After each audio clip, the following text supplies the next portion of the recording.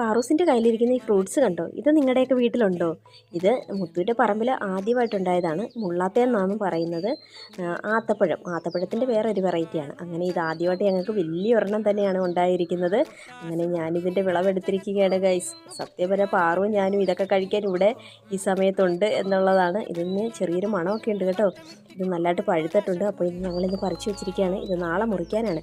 ടിനു ആണെങ്കിൽ ഇതിൻ്റെ മണം അടിച്ച് ഞങ്ങളുടെ ചുറ്റും നടക്കുവാണ്. പക്ഷേ മറ്റേ ആത്തപ്പഴം ഉണ്ടല്ലോ അന്ന് ഞാൻ കാണിച്ചത്, അത് ഇവളുമാർ രണ്ടുപേരുടെ വീണ്ടും കഴിച്ചുകൊണ്ടിരിക്കുകയാണ്. മോളൂസ് കഴിച്ചു കഴിഞ്ഞു. പാറൂസ് ഇത് ഫിനിഷ് ചെയ്യാനുള്ള തിരക്കിലാണ്. ഇതേ കണ്ടോ, രണ്ടുപേരും കഴിച്ചതിൻ്റെയാണ് ഇങ്ങനെ കഴിച്ചുകൊണ്ടിരിക്കുന്നതേ ഉള്ളൂ. ഇതൊക്കെ കണ്ടിട്ട് ടിനു ആണെങ്കിൽ ഇങ്ങനെ ചുറ്റിനും നടക്കുവാണ്. അവൾക്ക് ആരും ഒന്നും കൊടുക്കുന്നില്ല, ഇതിൻ്റെ മണം അടിച്ചിട്ടാണ്. അങ്ങനെ ഞങ്ങൾ അടുത്ത ദിവസം തന്നെ ഇത് അടുത്ത മുള്ളാത്ത ഞങ്ങൾ തന്നെ ഞങ്ങളുടെ 4 പേരുടെയും പീസാണ് ഇത്. ഞങ്ങൾ 4 പേരും പീസാക്കി എടുക്കണം. നമ്മുടെ അയൽക്കാർക്ക് എല്ലാവർക്കും ഞങ്ങൾ കൊടുത്തു കേട്ടോ. ആദ്യമായിട്ടുണ്ടായത് കൊണ്ട് തന്നെ എല്ലാവർക്കും ചെറിയ ചെറിയ പീസാക്കി എല്ലാവർക്കും കൊടുത്തിട്ടുണ്ട്.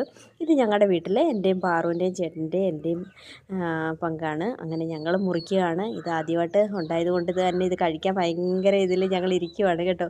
അതിൻ്റെ ടേസ്റ്റൊക്കെ എങ്ങനെ ഉണ്ടെന്ന് അറിയാൻ. അങ്ങനെ ഇത് കഴിച്ച് നോക്കിയപ്പോൾ നല്ല സോഫ്റ്റാണ് കേട്ടോ. സോഫ്റ്റായിട്ടുള്ള നല്ല ചക്കയുടെ തന്നെ വേറൊരു ഇതുപോലെ നമുക്ക് ചുള പോലൊക്കെ തോന്നും. അങ്ങനെ ഇത് കഴിച്ചപ്പോൾ നല്ല മധുരമൊക്കെ ഉണ്ട്, ചെറിയൊരു പുളിയും ഉണ്ട് കേട്ടോ.